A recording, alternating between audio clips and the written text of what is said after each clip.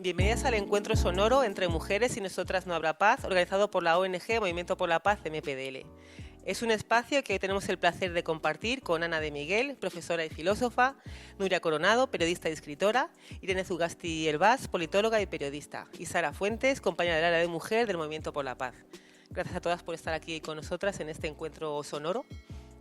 Nos gustaría hablar de diferentes temas. Podemos empezar con una cuestión que es como transversal en nuestra entidad, que es ¿qué evoca para vosotras la idea de que sin nosotras no habrá paz?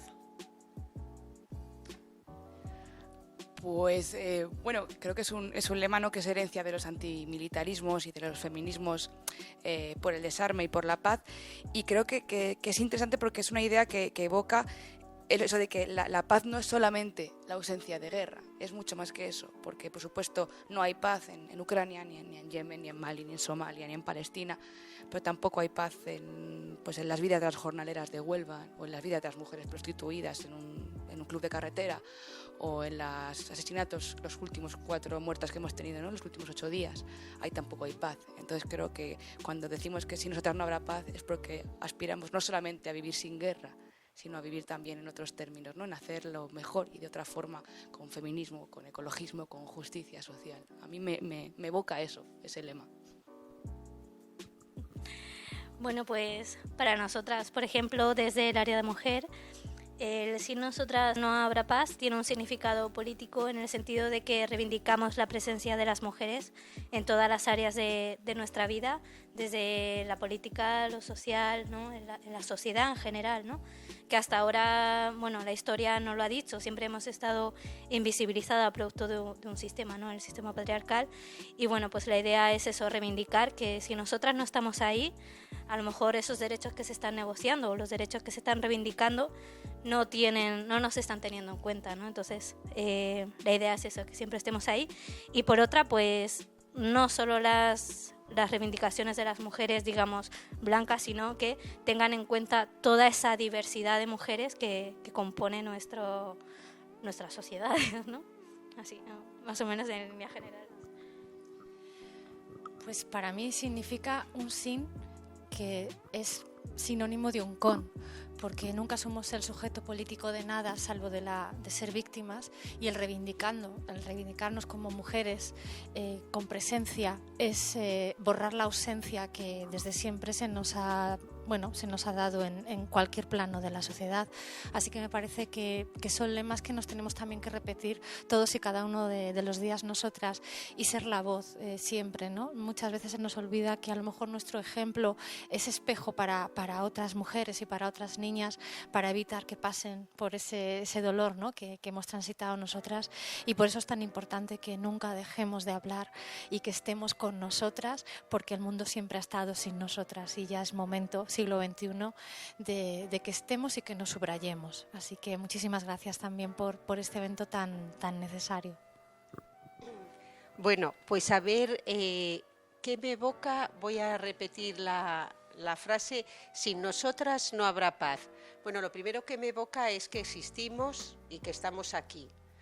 Pero lo segundo que me evoca ver este título, sin nosotras no habrá paz, también evoca nuestra impotencia, el ver que este mundo no lo hemos hecho nosotras, y que nosotras casi lo más, como mujeres, casi lo más a lo que podemos aspirar es hacer estas mesas redondas y estos debates. Porque fíjate, si cambiamos el título, sin nosotros no habrá paz. Esa es la pura realidad, eso nos lleva al principio de realidad. Ellos bien pueden decir, haced esas mesas, porque lo que está claro es que sin nosotros no habrá paz. La habrá cuando queramos, como queramos, porque quien ha hecho la guerra va a hacer la paz. Entonces, bueno, pues por un lado bien, pero por otro me evoca esta maldición de no haber podido nosotras hacer el mundo. Y en este mundo que estáis describiendo, que todavía cuestiona las violencias machistas que sufrimos las mujeres, ¿qué podemos hacer para concienciar a la ciudadanía hoy en día, siglo XXI? Pues para concienciar a la ciudadanía, madre mía, preguntaza.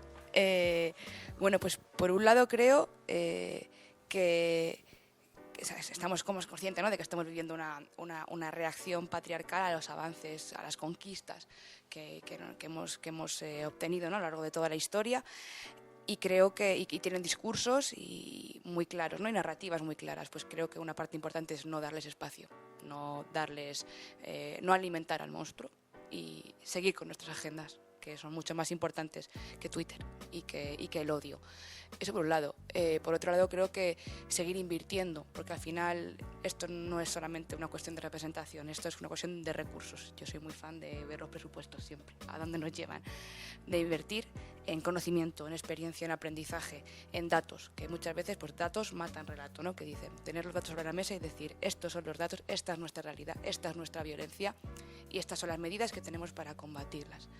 Entonces, bueno, ya creo que con esa idea, ¿no?, del famoso cordón sanitario que por desgracia no tenemos en este país para limitar esos discursos, y con la idea de tener de verdad fondos y recursos simbólicos, humanos y por supuesto económicos y financieros para la causa feminista, serían dos maneras, vamos, para mí esenciales para poder seguir avanzando en ese camino, ¿no? Yo también, dentro del trabajo que hago como periodista, lo que acabas de decir tú, ¿no?, poner sobre la mesa la realidad con los datos, ¿no?, porque siempre el otro relato es contrastar con la mentira y así taparnos y ponernos esa mordaza en la boca, ¿no? Entonces, como periodista feminista, proclamo que sin formación previa no puedes dar una formación y no puedes formar y no puedes informar, no puedes hacer ni siquiera el trabajo para el que la sociedad te reclama. Y eso también significa formación. Y volvemos al origen de todo. Sin educación no vamos a poder hacer ningún cambio, pero una educación también que tenga no solo valores, sino una economía que sustente todo eso, porque estamos hartas de reclamar nuestra realidad y nuestra verdad sin ningún presupuesto, y cómo nos ganan la partida en redes sociales y en las redes sociales de la propia vida, de la calle, con esos otros discursos de odio y de negación absoluta. Y es muy importante reclamar con la verdad por encima, ¿no? No sé si habéis escuchado un paso doble que ha ganado ayer un grupo de mujeres del Carnaval de Cádiz, ¿no?, que hablaba justamente de eso, ¿no? Ocupar todos esos espacios que siempre han sido por y para los hombres, reclamar la mitad del mundo, porque para eso lo hemos parido nosotras, ¿no? Bueno, pues sí, volviendo a tu pregunta, la verdad es que estábamos con el tema de la violencia contra las mujeres recorriendo un camino del que podíamos estar relativamente contentas, porque yo creo que hace muy pocos años aquí en este país, que ha hecho muchísimo por hacer pedagogía y mostrar a la población de qué hablamos cuando hablamos de la violencia contra las mujeres como algo estructural, bueno, pues había un consenso que se había reflejado en el Parlamento y desde hace unos años mucho, bueno, pues por partidos políticos que han entrado en el negacionismo, pero lo que nos tiene que interesar más es ver que el negacionismo siempre puede estar ahí, pero ¿cómo es posible que prenda en los jóvenes, en chicos y chicas jóvenes? Entonces, ahora la tarea por delante de comprender eso. Estamos siempre intentando comprender la sociedad, pero es algo... Y luego otro fenómeno que cada vez tiene más influencia, que son las redes sociales. Y las redes sociales son otra escuela de negacionismo, cuando no de un machismo rancio y patriarcal. Pero es que hemos perdido en eso, entre comillas, credibilidad. Y esto es algo que a mí me tiene impactada todavía. ¿Qué podemos hacer? Yo como profesora, estudiarlo y tratar de explicarlo y comunicarlo otra vez, pero la verdad es que no pensé nunca que llegara a haber este retroceso.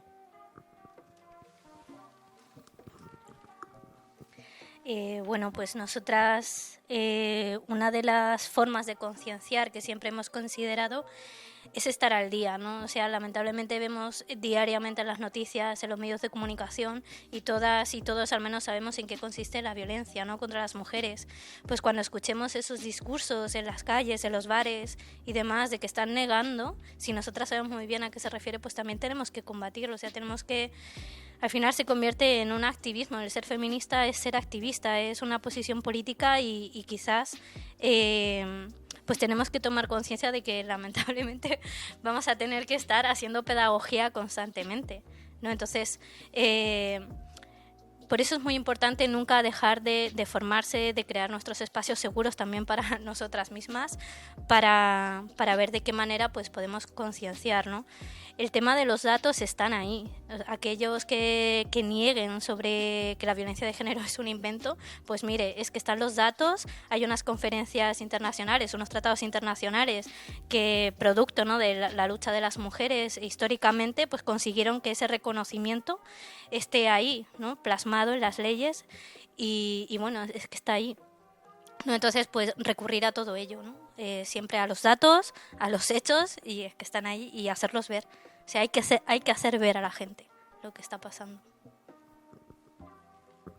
Y para concluir este pequeño espacio sonoro, que ahora continuaremos en el encuentro, habéis mencionado jóvenes y un poco eso, ¿cuáles crees que son los desafíos para las nuevas generaciones y también para nosotras en general, ¿no? Pero ante esta situación que estáis analizando, principales desafíos a corto o medio plazo. Principales desafíos de las generaciones más jóvenes, de las famosas Zetas. Es que como soy millennial, además, que yo pensaba que era joven y ya no, pues qué mal. Vaya disgusto que tenemos aquí. Pues lo tienen chungo. O sea, yo soy una tía positiva, pero creo que lo tienen chungo. Creo que si nuestra generación millennial hemos cabalgado la incertidumbre, ellas cabalgan una incertidumbre triple, porque es una incertidumbre material, laboral, pero también es una incertidumbre en torno a qué mundo van a construir con esta crisis climática, con esta crisis de las identidades, con esta crisis de las verdades universales que de repente todas se cuestionan y son, ¿no?, y fluyen. Y la verdad, yo no me querría ver en el pellejo de una Z ahora mismo, no sé qué sería yo ya en ese mundo, pues TikToker supongo. Pero sí que creo que sí que podemos, desde que tenemos unos pocos más de años, sí que podemos por lo menos allanarles un poco el camino. Creo que es importante primero darles agencia, escucharlas, ¿no?, y darles espacios. Yo he oído hablar de paz, de conflicto armado y tal, institutos, y me han hecho preguntas chavalas de 13, 14, 15 años que yo decía, ojalá preguntaran esto en la cadena SER. O sea, muy bien. También me lo han hecho señoras muy mayores en residencias de mayores, otro colectivo, ¿no?, las mujeres mayores que están ahí apartadas y que son todo el power y hay que escucharlas más.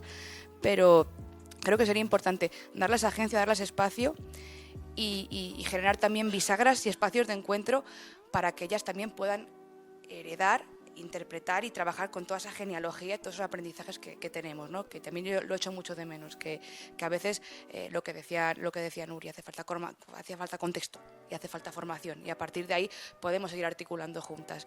Yo estoy muy en contra de la narrativa de la guerra generacional. No nos podemos enfrentar las unas a las otras también en términos generacionales, sino que creo que somos un río que va confluyendo juntas, y en ese sentido pues que las feministas zetas encuentren hermanas y compañeras en las millennial, en las boomer, en las X, no sé cómo se llaman las de antes, pero en general creo que una parte importante de esta cuarta ola feminista es que es intergeneracional, y eso es muy guay y muy valioso, porque nos podemos transmitir saberes muy importantes, los que tienen ellas y los que acumulamos otras generaciones.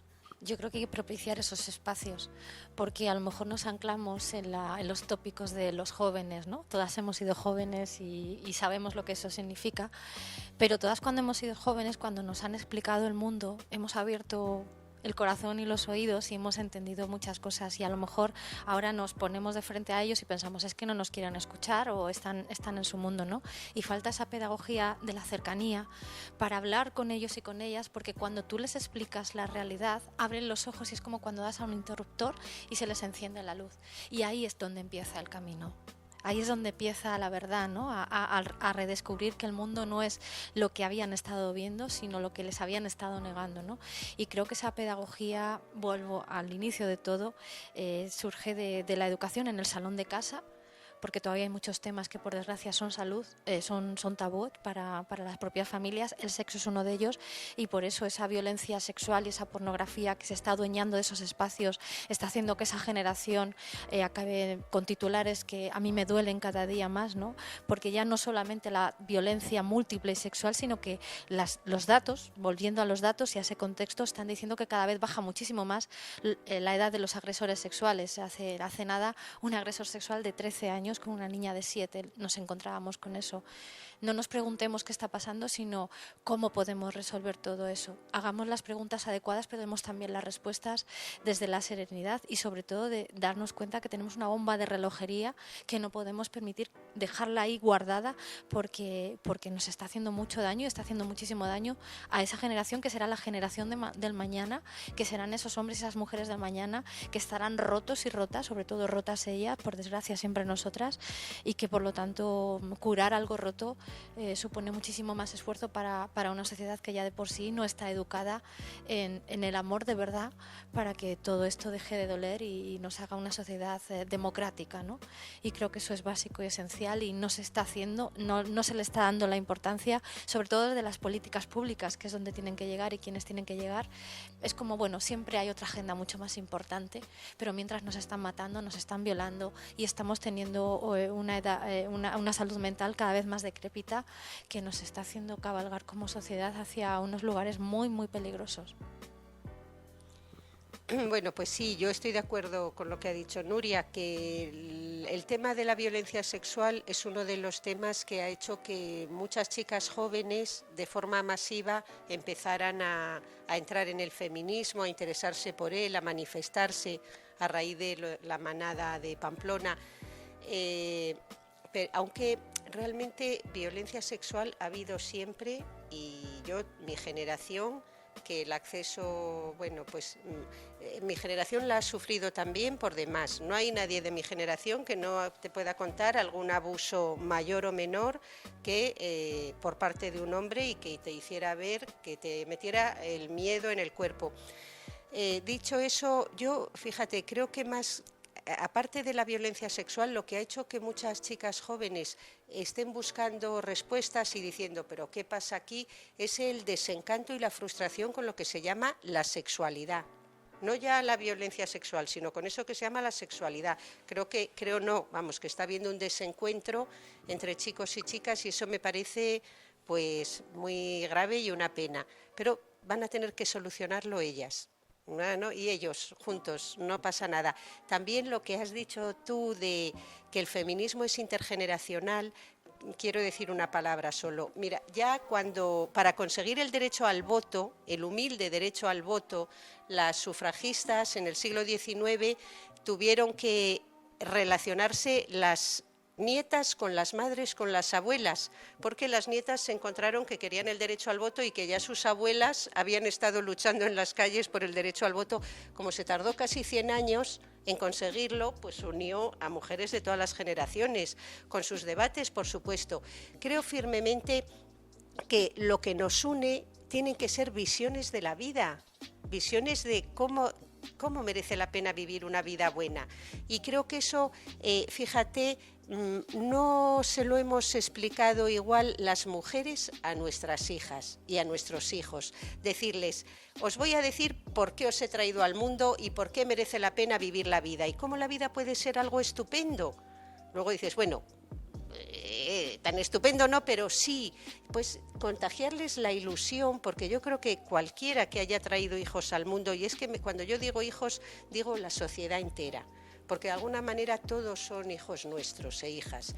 Hay que renovarles la ilusión, pero una ilusión racional, que se sienten juntos a decir, ¿cómo nos vamos a organizar juntos, los zetas y zetas, a vivir? ¿Cómo queremos reorganizar la sociedad? Tiene que ser juntos, porque les veo que se están separando y ojalá me equivoque, pero siempre que las mujeres y los hombres nos separamos, va a ser para algo negativo. Para nosotras, por supuesto, pero para toda la humanidad.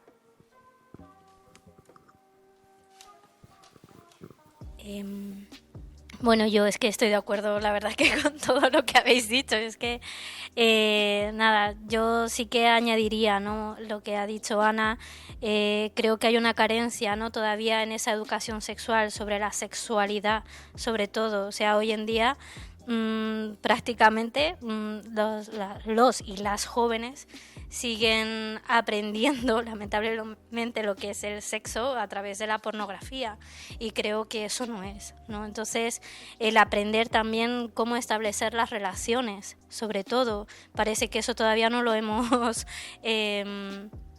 no que no lo hayamos aprendido, sino que todavía no lo hemos quizás sabido transmitir, ¿no? O que todavía no termina de llegar a las personas jóvenes precisamente, pues a lo mejor porque lamentablemente están todavía los medios de comunicación con estas series, películas y tal, todavía transmitiendo esas ideas de amor romántico.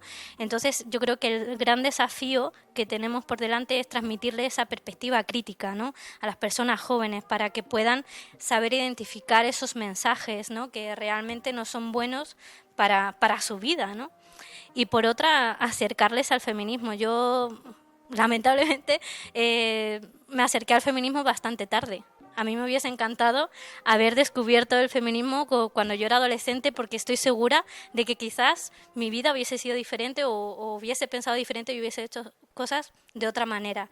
Entonces creo que el feminismo, en este caso para las chicas, ¿no? Para las mujeres, puede ser una buena fuente, ¿no? para ellas, y creo que para los varones también, porque también la idea del feminismo, ¿no?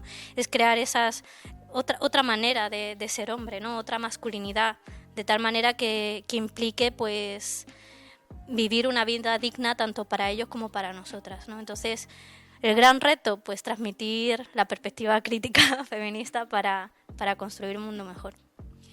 Puedo acabar con un detalle. Yo tengo una niña de 6 años, Alma, y un niño de 8, Alejandro, y Alma es feminista, vamos, lo tiene clarísimo, y mi hijo también, pero me dice, mamá, yo soy feminista.